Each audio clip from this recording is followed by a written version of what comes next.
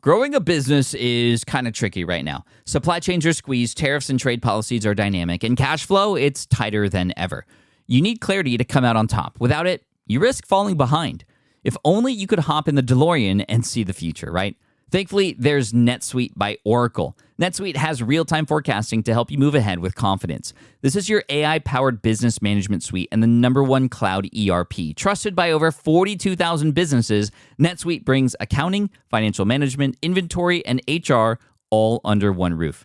It's your single source of truth, giving you the data and control you need to move quickly. And with AI built in, you can automate the busy work and focus on strategy. NetSuite helps you see what's stuck, what it's costing you, and how to pivot fast. If I were running a business with a lot of moving parts, I'd use NetSuite for full control over everything. Tame the chaos with NetSuite. If your revenues are at least in 7 figures, download the free ebook, Navigating Global Trade, 3 Insights for Leaders at netsuite.com/SPI. That's netsuite.com/SPI. Congrats, your business is doing great. All your hard work is paying off, but you need help like now, and you have to hire fast. How can you hire amazing candidates quickly? Easy, just use Indeed. When it comes to hiring, Indeed is all you need. Stop struggling to get your job post seen on other job sites. Indeed sponsored jobs help you stand out and hire fast. And with sponsored jobs, your posts jump to the top of the page for your relevant candidates so you can reach people you want faster. And it makes a huge difference. According to Indeed data, sponsored jobs posted directly on Indeed have 45% more applications than non-sponsored jobs. One of the things I love most about Indeed is that it has one of the largest databases of job seekers, giving employers access to a wide range of candidates. And with job alerts, I get notified when new candidates apply. And with Indeed sponsored jobs, there's no monthly subscriptions, no long-term contracts, and you only pay for results. So how fast? Well, in the minute that I've been talking to you, 23 hires were made on Indeed, according to Indeed data worldwide. There's no need to wait any longer. Speed up your hiring right now with Indeed. And listeners of this show will get a $75 sponsored job credit to get your jobs more visibility at Indeed.com/SmartPassive. Just go to Indeed.com/SmartPassive right now and support a show by saying you heard about Indeed on this podcast. Indeed.com/SmartPassive. Terms and conditions apply. Hiring, Indeed, is all you need. The perfect product launch. It's the goal for every brand marketer. High heat, fast sellout, and fans posting recipes like trophies. What do Sydney Sweeney's soap drop, Taylor Swift's tickets, and your next launch have in common? Well, they're not bought, they're bragged about. Fanfare turns your drop into a moment. Fanfare cues real fans, blocks bots, and builds launch experiences worth screenshotting. Want hype without the heartbreak? Get Fanfare's 5-step hype drop playbook with our proven success formula and make your next launch unforgettable at fanfare.io/playbook. Again, fanfare.io/playbook.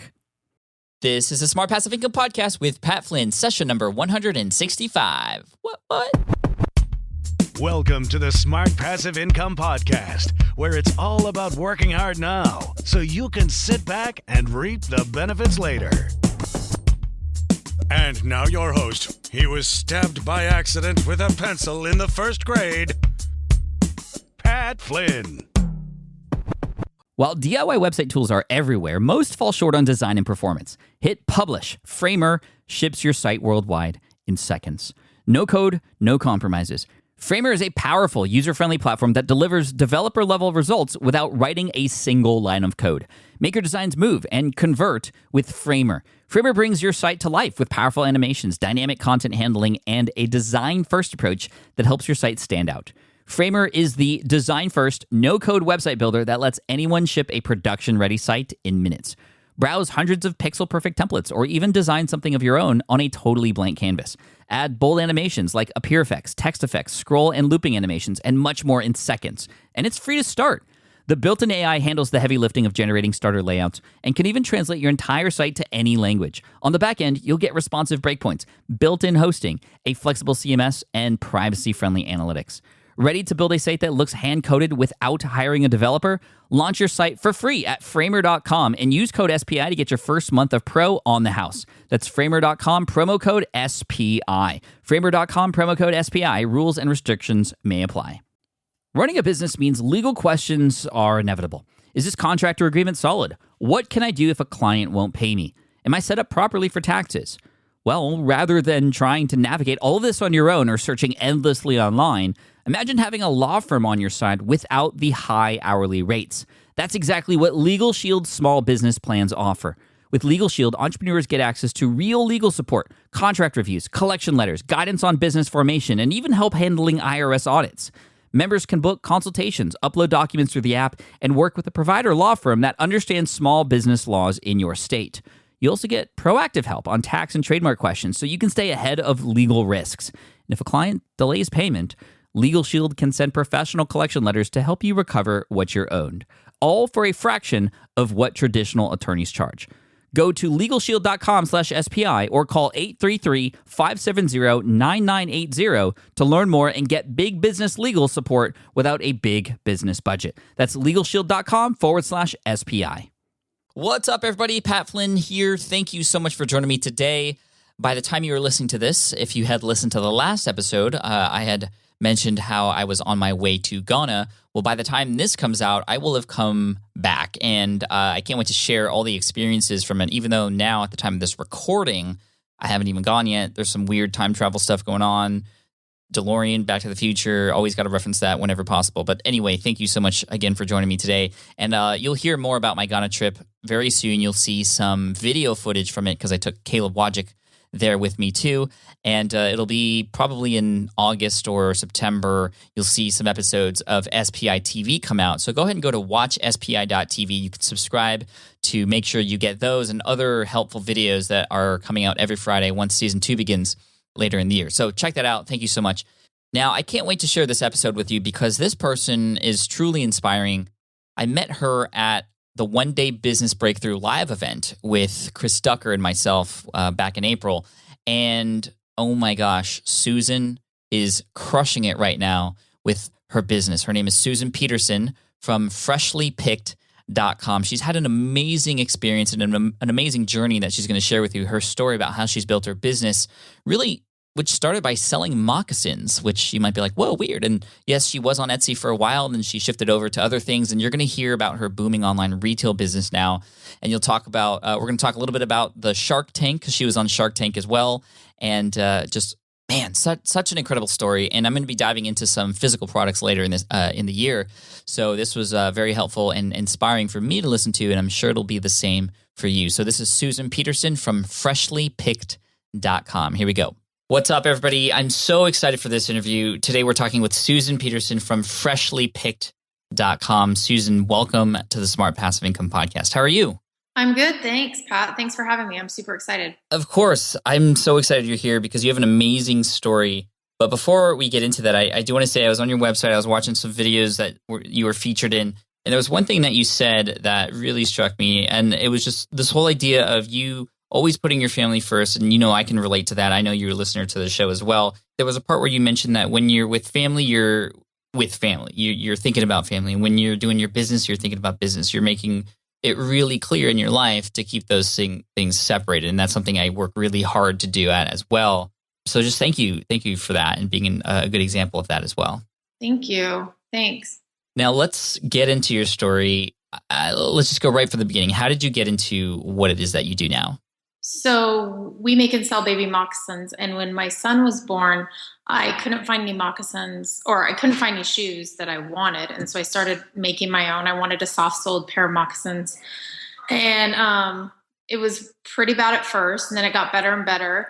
At the time, I had a blog and a little Etsy shop, and I was selling some things on Etsy and blogging, and I was doing both like pretty bad. Like I wasn't very good at either of them.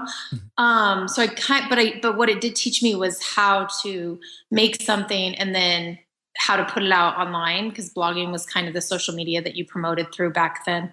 And so I put my moccasins up, and I really didn't have an intention to sell them. I kind of just wanted to show off what I'd made. And those were what people really gravitated towards. I had people saying, you know, I'll buy them, whatever you want. And I started taking orders like pretty much the next day for them. Wow. Okay. So give us a little bit of a timeline. So when you first started, again, you were kind of scratching your own itch. So creating something that you wanted for your son already, and then putting it up there for everybody to see. You said it was bad at first and it got a little bit better over time. How much time are we talking? So I started making those in the beginning of the summer of 2009. Mm-hmm. And then things really started cooking up like in September of 2009 was when I really started like putting everything on my website, offering more colors. And I started selling more. And you were still going through Etsy at that time? I was on Big Cartel at the time. I'd kind of graduated off Etsy. Oh, Big Cartel. I never heard of Big Cartel. Yeah, they're like a local, it's kind of the same shopping platform as Etsy. It's a good space holder between Etsy and Shopify. Some people are super overwhelmed by Shopify, and Big Cartel is like a really good stopgap between the two, I think. Ah, that's very cool. Now, you said summer of 2009 and September 2009. That's not actually very much time. So this kind of picked up fairly quickly for you. How did it feel as you were going through it? It was super exciting. My goal at the time was I really just wanted to make enough money so I could go to Target and buy whatever I wanted. And now I feel like that's still kind of my goal for like my employees, to be able to go to Target and buy whatever they want. And so I feel like not much has changed in that way. But what I'd already always told my husband, Chris, when I was making stuff and selling it on Etsy was I started Etsy when there was like 400 people selling on Etsy. So really, really early days. Mm-hmm. And I remember telling him like I had seen a couple people like take their product and they would find that one product that people just loved and gravitated towards. And they were able to like make a business. And I would always tell them like, I just got to find that one product. I got to find that one product. And I didn't honestly think the moccasins were going to be it, or it just didn't even cross my mind. And then when they came, I kind of felt like I was poised and ready to run with it. What other products did you have at the time? Oh, I made baby blankets and shopping bags and quilts and wallets and wow, that's cool. Kind of whatever. You made them yourself? Yeah. Wow. And then what do you think it was about the moccasins that really made those the popular one? I think that I kind of hit at a good time. I think moccasins are one of those things that go in and out of trends, and I think I hit those at a good time. But I also think like people want a shoe that stays on their child's foot. I mean, you have kids. I don't know if you experienced this when your children were little, but shoes, they're really hard to keep on baby's foot. They just don't stay on. And that was like one of the design elements I had to hit was that it had to stay on the foot. The second one was like it had to fit fat feet because my son, when he was born, he was 10 pounds. So he's really, really fat. And then the third one is I just wanted it to look like really classic. It is a moccasin, so it is a little trendy, but I wanted it to feel like you could pass it on to your children. Yeah, they do look fantastic. They look great. And by the way, I was 11 pounds, 12 ounces when I was born. Did you know that? No. Did your mom have a C-section? She did. And my mom's only like 4'11", so you could do the geometry there. Wow. But yeah, my mom's amazing for several reasons, including that. So you were as big as her when you came out. Yeah, right. And I haven't really grown much since then. So, in terms of the other products, so once you saw that the moccasins were taking off, you're getting more sales for those than the others. Were you just like, okay, this is it. This is the one product. I'm going to go with it. I'm going to go full steam. I'm going to leave everything else behind. Is that what you ended up doing? No, not at first. The thing with the moccasins is they're $60 baby shoes. So there are quite a few barriers to buy just based on price alone. People kind of naturally look for reasons why they can't afford them or why they won't buy them. And so at first we were still selling a little bit of baby clothes, a little bit of accessories. We hit on a leather mouse pad that seemed to take off.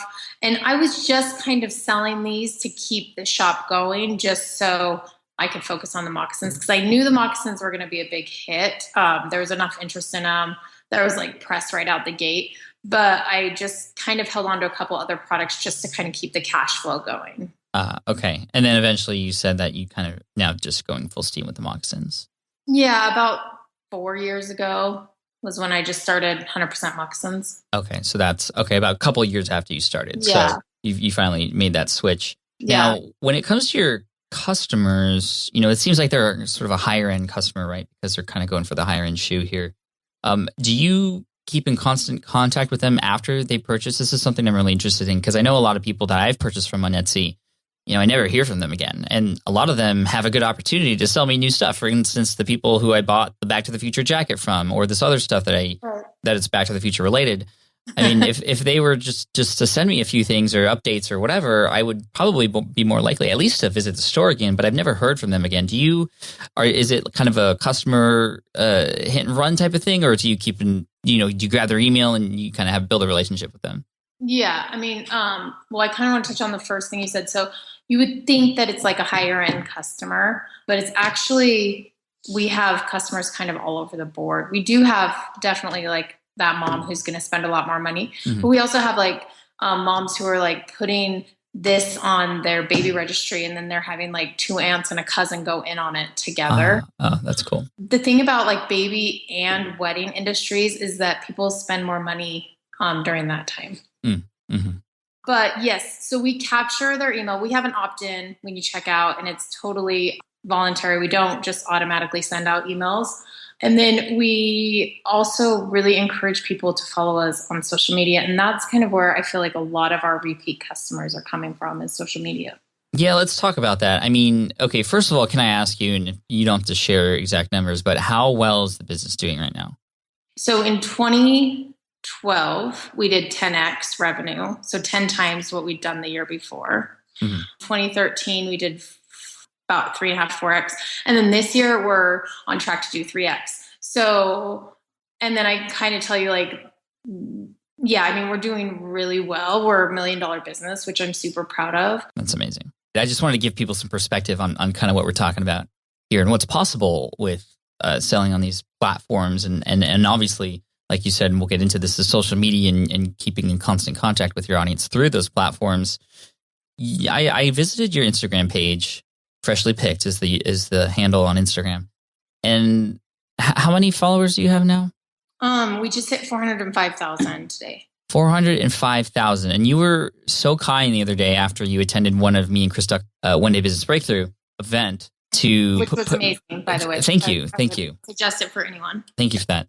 You had posted a picture of you at the event, and it was just, you had tagged me and just, said some nice things about the event. And again, thank you for that. And then I had like 400 new followers like a minute later because you had done that. And because you had told people to come and follow me. And it was just kind of amazing the response that your audience has. I mean, you have tens of thousands of likes on every photo that you post now. How does that translate into more sales? So what we find is that when we promote a color, that color is the best seller for the day, whether it's on Instagram and Facebook. And we post about, is that background noise really loud? No, it's fine. Okay. This is real life. Yeah, no, it's 4:45 here. So people are winding down and no, you're good. You're good. Standing in the kitchen, and we have a pretty lax office. So everyone's everywhere. So, okay. Social media, and in terms of it actually giving you results, because there's a lot of people out there who have big social media followings, but then they don't really translate into anything for them. I'm just really curious on how it works for you. One of the differences with our business model is up until last September, we were 100% direct to consumer. And so not only did we know like who our Instagram followers were, but we also knew exactly who our customers were. And it's kind of unique in a consumer goods business that you know who your customer is, because most consumer goods are trying to go right to business and sell to big boxes or like get into department stores or something. And we were very conscious of like not doing that and keeping our customers list our own until Nordstrom approached us about this time last year. And that was kind of the big store we were waiting for, was Nordstrom. We had turned down almost every other wholesale account until they came along. Wow. And so I think that's kind of like a difference that we have, in that like if someone's like, oh, I have a problem with my product, or they'll let us know on Instagram. People are not shy to like kind of let you know if you've done something wrong, and then also if you've done something right. But we're able to like look up their order, see what they ordered, see how many times they're ordered, and really kind of like fix problems as they arise. And so I feel like that's one of the advantages that we have just by being direct to consumer and also having such a big and vocal social media following. The other thing we do is we're very, very, very active in our community.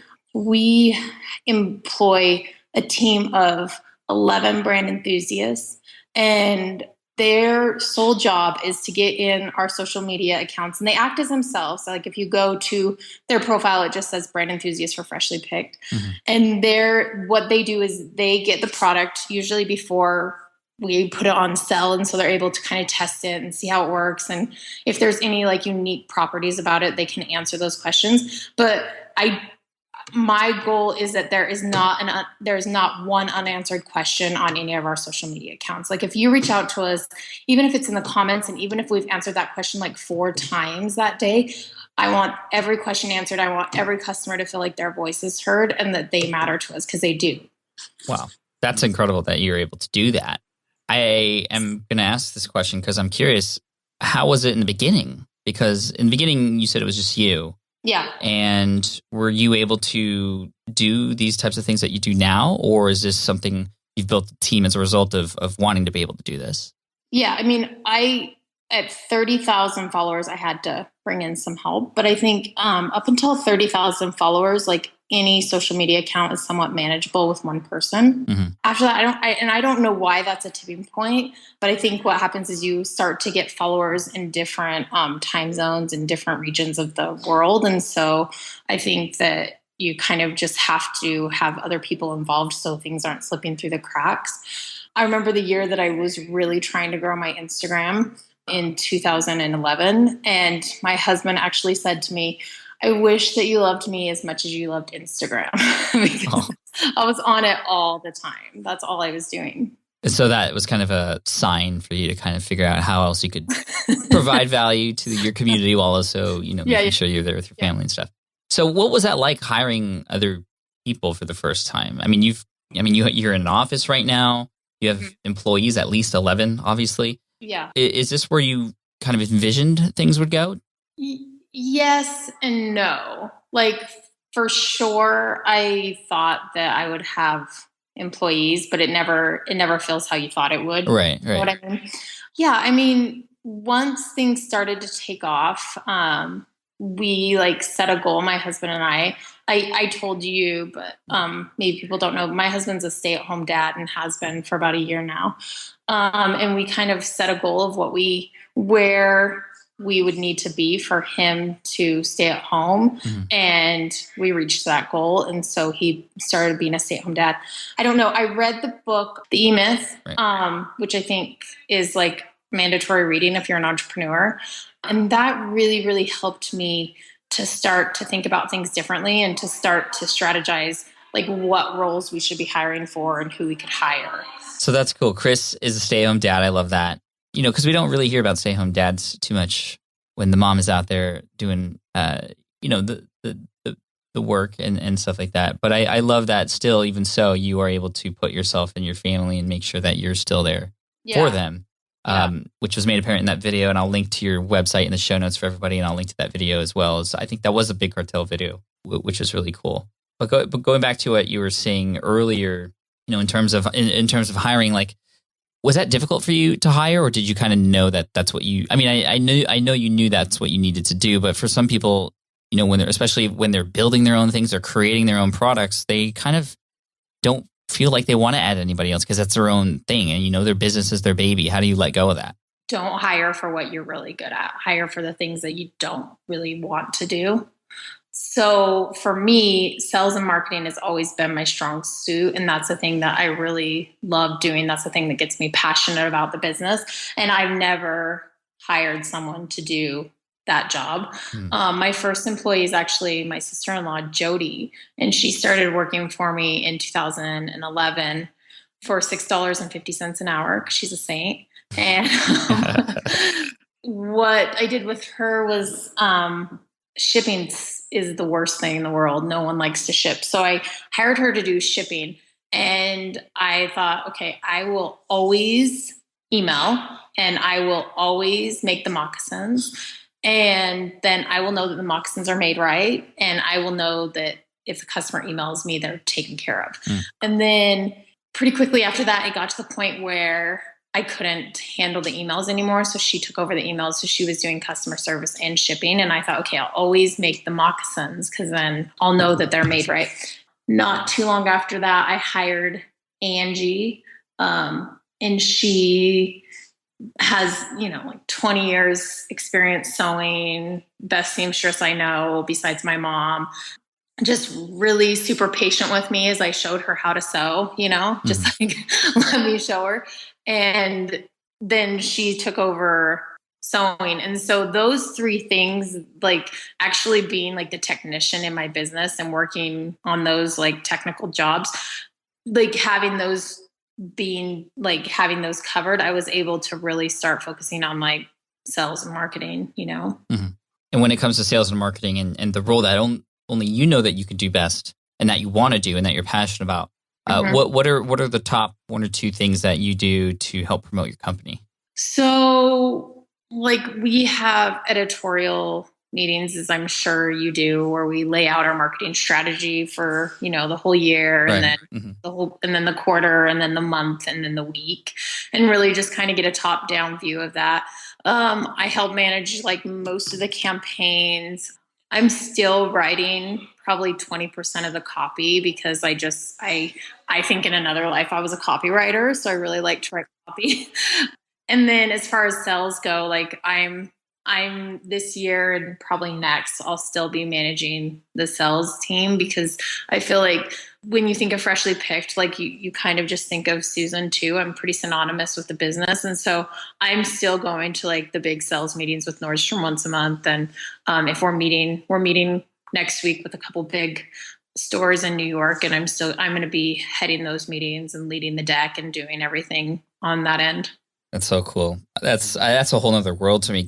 Like, what does that entail? Like, what do you have to bring presentation boards, or I don't even know what that's like. So it was so funny because the first time we went up to meet with Nordstrom, I think I had like 2 pairs of moccasins in my backpack, and then I had leather samples, and we were in the elevator, and there was this guy, and he was a sales guy for a brand, and probably, you know, like a brand that everyone knows in Nordstrom. Mm-hmm. And he had 4 of the biggest rolling bags you've ever seen. And he was trying to get him off the elevator, and we helped him. And he just was so stressed. And I was like, is that how I should be? Because I don't feel that way. And so honestly, like sometimes I feel like I fall backwards into everything, and I just have really patient people who help me along the way. I mean, we're much more prepared now. Now we bring a bigger bag with our product in it that we can leave with them. What we've been doing, our lead sales girl is actually getting ready to go on maternity leave, and so we've been planning out the rest of the year. So we just go and like lay out the product and make sure that everything flows well, and we make sure there's like synergy within our shop. And Nordstrom is probably one of the best companies to grow your brand with, because they really love brands. They really love the story. They love to tell the story, and they've just been so amazing for me to work with. That's really cool. And the initial contact with them was them actually reaching out to you. Yeah. And that was probably, how do you think they knew about what you did? Someone in the office had watched Shark Tank and then reached out to us. And then it was like pretty soon after Shark Tank that they reached out to us. Ah, Shark Tank. Yeah, something we haven't even talked about yet. Yeah. So was that an idea that you had to, hey, we should go on Shark Tank? So I felt like in 2014, we really needed to do something big. And a lot of people had told me, you should go on Shark Tank. And I thought it was for inventors, because I'd never watched the show. And I started watching the show, and I realized it was for entrepreneurs. And so I put it, like every December, I kind of have a little planning meeting with myself where I write down a list of things that I want to do or I want to accomplish that year. And so in December 2013, I put it on my list of things to do in 2014. And then we just started like pretty aggressively pursuing it in the beginning of the year. And then what does that mean, aggressively pursue? Is that just like email somebody 100 times till they finally respond? Or is there like an application process? You know how I'm kind of aggressive, Pat. You've experienced it a little bit, right? Yeah. Yeah. I mean, you're great. And I love that. I know that has helped you get to where you're at, because, you know, on a easy, basic level, if you don't ask, you never get. Yeah. So what I started reaching out to people that I knew that had been on this show and could get me in touch with a producer. So I did that. And then I emailed like just the general, like, apply at Shark Tank. I don't remember the email. I emailed that like a couple times, and then I was just like reaching out to everyone I knew. And it kind of got a little hairy like in June because they filmed, so Shark Tank films 2 pods. They film one in June and one in September. And I knew that they were filming. And so I just like did another round of like, hey, we're here. And we had just had like this really massive sale. And so we were able to like build a story around how awesome that sale was and how our business. They finally reached back out to me in July and I filmed in September. Oh, wow. Okay. So quite a long process. And then that filming date, what was that like? Like, I know when we watch Shark Tank on ABC, there's like, we see 10 minutes worth of a conversation. And then either there's a deal or there's not a deal. Yeah. In actuality, what is it like? You're in the tank for like an hour. And it's pretty much like you see. Just longer? Yeah, it's just longer. I mean, there were a couple things I wish would have made the cut that didn't, but I got a really, really good edit. We've all seen that poor fellow or girl go on Shark Tank and just not get a good edit. Just get and I got crushed, yeah, and they loved me, and I feel like I was super solid. Like, I know my business inside out. I know my numbers. I know where my customers are because, I mean, at that time we knew our customers. Like, every customer that ever purchased through us purchased through our website. Mm-hmm. I feel like I kind of crushed it, honestly. That's awesome. Is there footage of that somewhere we can check out? Yeah, I feel like, well, right now I just saw it on the Delta flight, which was kind of embarrassing. Oh, that's crazy. But you can just YouTube it. I think it's on now. I'll try to find it and put it in the show notes for everybody. And if I can't find it, I'll get in contact with you to try and find it in some way. Yeah. That's amazing. That's really cool. And what did that do for you besides the Nordstrom thing? I mean, you got a deal out of it with who? So Damon John, he does FUBU. FUBU guy, yeah. Yeah. That's great. And has that been actually helpful? So we actually post-show didn't close our deal. What? Wait, what? Okay, so you say there's a deal on the show and it even airs that way, but you actually didn't. Yeah, I mean, what it ended up being is like not a good deal for him and not a good deal for me. The truth of the matter is like Shark Tank's amazing, but it's a reality show first, you know? And so you can't do all of the closed door investor negotiation and like due diligence and everything that you would do in a regular investor meeting in an hour on television. And the awesome part about Shark Tank is that they're very conscious of that and they don't push for that, you know? And so you have to do all your due diligence at first, like before the show, and they get it like immediately after the show. But then there is a certain amount of negotiating that happens post show, and Damon and I both, like, it was totally mutual. And I think he's a great guy. Like, I have nothing but respect for him. He reaches out to me probably once a quarter and just, it's like, how's it going? Do you need anything? That's cool. Can I do anything for you? Yeah. So he's super awesome. It just wasn't the best deal for him, and it wasn't the best deal for me. What was the biggest takeaway from your experience on Shark Tank that could be useful for everybody listening right now? Oh, that's a good one. I think for me, like, what I felt like, I think a lot of times people are just really afraid to like put it out there because, you know, like, you'll talk to someone and they'll say, oh, I'm just this or I'm just that. And it's almost hard for people to own what they are at first. And what Shark Tank really did for me was it allowed me to like be like, oh my gosh, like, my business is actually legit. Like, doing awesome things. And so it really allowed me to like really just own what I'm doing. Not that I didn't before, but that really solidified it for me. Yeah. It's really interesting how sometimes nothing changes except what, you know, sometimes just our perception is of a situation, and that can completely change our direction and how successful we become afterwards. So great answer. Okay, so going back to Instagram really quick, because I am starting to get a little bit more serious on my Instagram account. I'm up to 7,000. I passed 7,000 followers yesterday. Nothing compared to your 400,000. But I like your Instagram. Thank you. I mean, there's a lot of family stuff on there, and for everybody not on there, at Pat Flynn, by the way. And Go follow Pat. And Susan can be found at Freshly Picked, correct? Yeah. Okay, so top 2 or 3 tips for growing an Instagram account. Content. And by content, what works best? with every new stage, we're trying to figure out our content strategy, because as you grow, it kind of shifts just a little bit. Like our content right now is very different than when we had 40,000 followers. Mm-hmm. And so what I think would relate most to your listeners is I do like a 30-30-30 rule. So like 30% of your content's personal, like kind of letting the customer know who you are, or your followers kind of understand who you are. Mm-hmm. 30% for us was like business, like either behind the scenes or what we're working on today, or something that's relevant to like people who are kind of in the same boat that you are. Mm. And then for us, 30% is promotional, and promotional for us is anything that like takes you off Instagram. Nice. I like that. 30-30-30. And then when you say off Instagram, I know this is a struggle that a lot of people have. We've talked a little bit about this on the show before, but a lot of people are being creative with how to get people off of not just Instagram, but any platform that they're on back to somebody's website. How are you best doing that right now? So that actually has like never been our goal.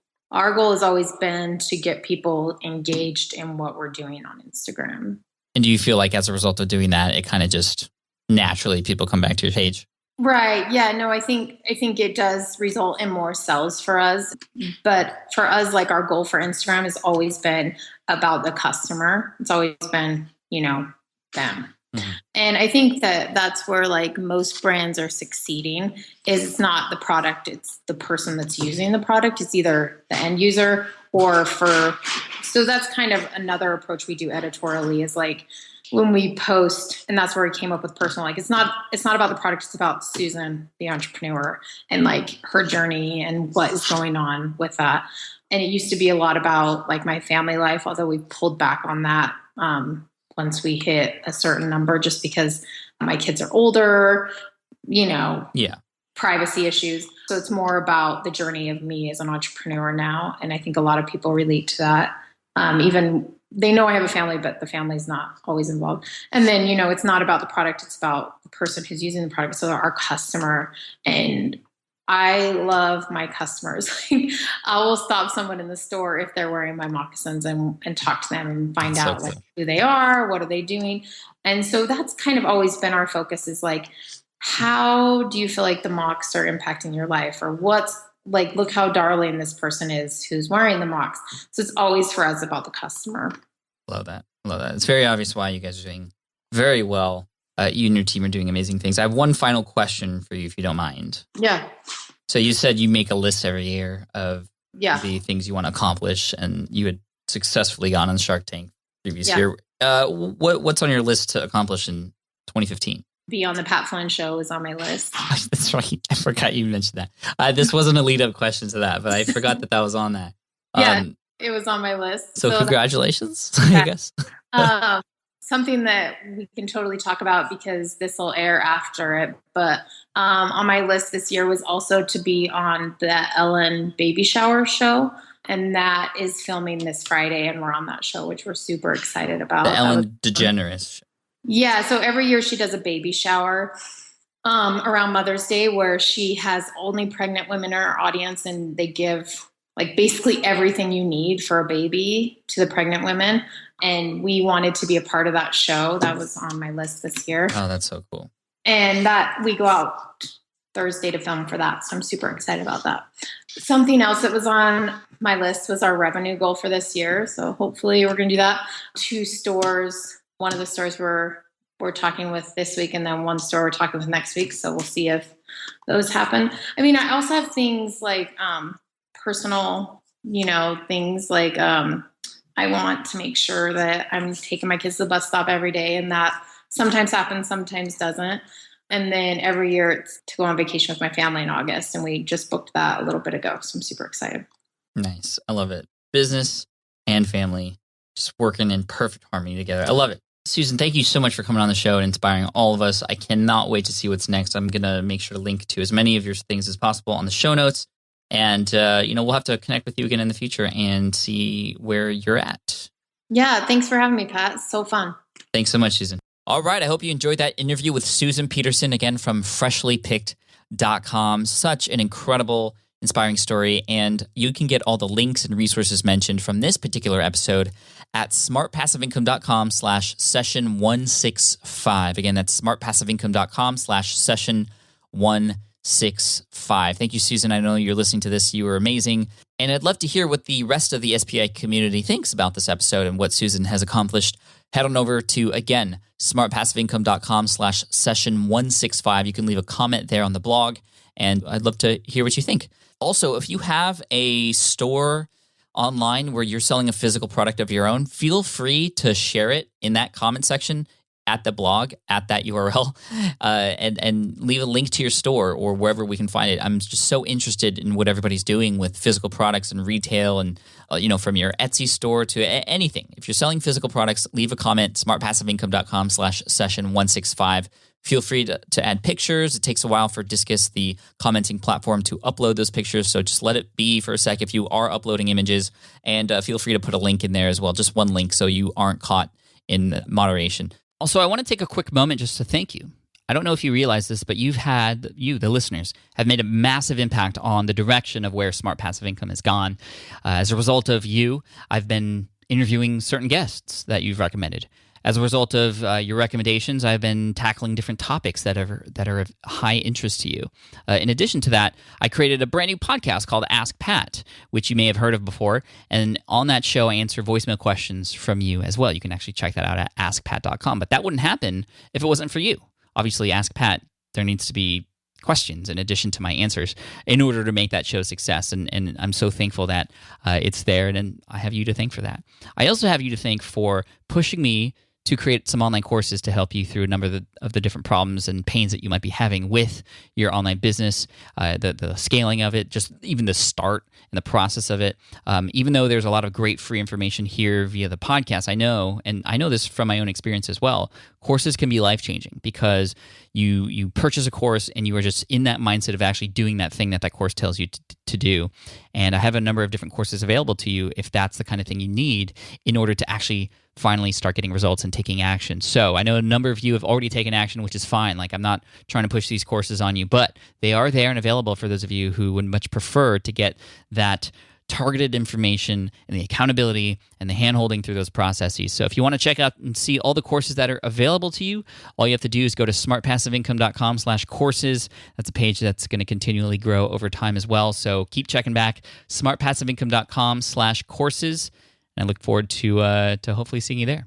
I also want to put a little plug in for the Smart Podcast Player. I've never done this before, but the Smart Podcast Player is taking up a sponsorship spot here in this particular episode. If you are a podcaster and you're looking to increase and enhance the listener experience that you are giving your audience, go to smartpodcastplayer.com. You can install the web's best-looking and number one feature-filled web-based podcast player, because the truth is a lot of people are actually still listening on the web. A lot of you might be listening on iTunes or through your device right now, but you know what? A lot of the people who listen to your show, if you have a podcast, especially first-time listeners who visit your site from a Google search or what have you, they're listening on your website. And traditionally, players just do a terrible job of taking advantage of that situation of a first-time listener or anybody listening on your website, actually. And that's where the Smart Podcast Player comes into play. Head on over to smartpodcastplayer.com. You can save 33% by getting it at the annual billing price, or you can even try it out for free. There's a freemium version available with some of the features that aren't available on the pro version, but you could even try it out on your website and see how it feels and upgrade later on if you'd like. So again, smartpodcastplayer.com. Thanks so much for listening in. I really appreciate your time, and I can't wait to serve you again in next week's episode, where we're going to be talking about where we're at kind of halfway through the year, the goals and the future of SPI, and hopefully helping you think about your goals and where you're at in the year and what you need to do to finish off the second half of the year with a bang. So check it out. That's going to be next week. In the meantime, keep crushing it online. You guys rock. Appreciate you. I'll see you on Twitter at Pat Flynn or wherever else you may find me. Cheers. Take care. Bye. Thanks for listening to the Smart Passive Income Podcast at www.smartpassiveincome.com.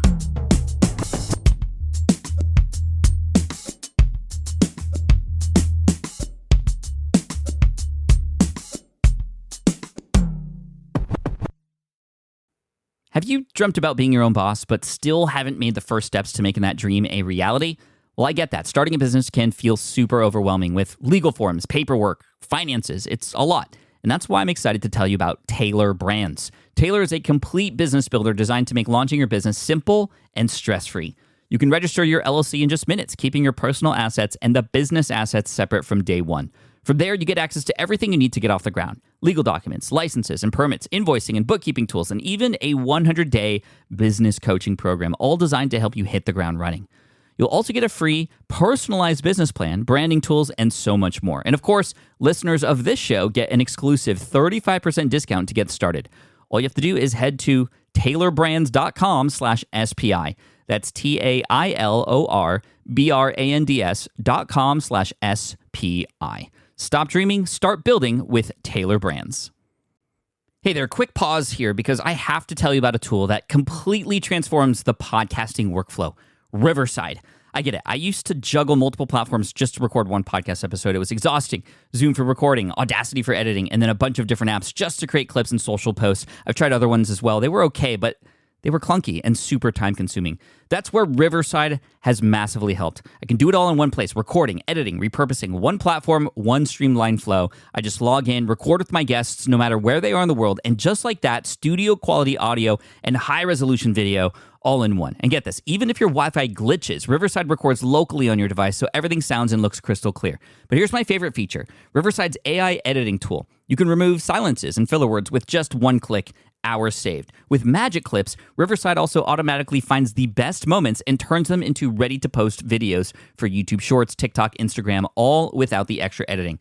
So if you're looking to level up your production quality and simplify your workflow, go to smartpassiveincome.com/Riverside and use code SMART to get 1 month free on the Pro plan. That's smartpassiveincome.com/Riverside, promo code SMART. It's built by creators for creators, and I think you're going to love it.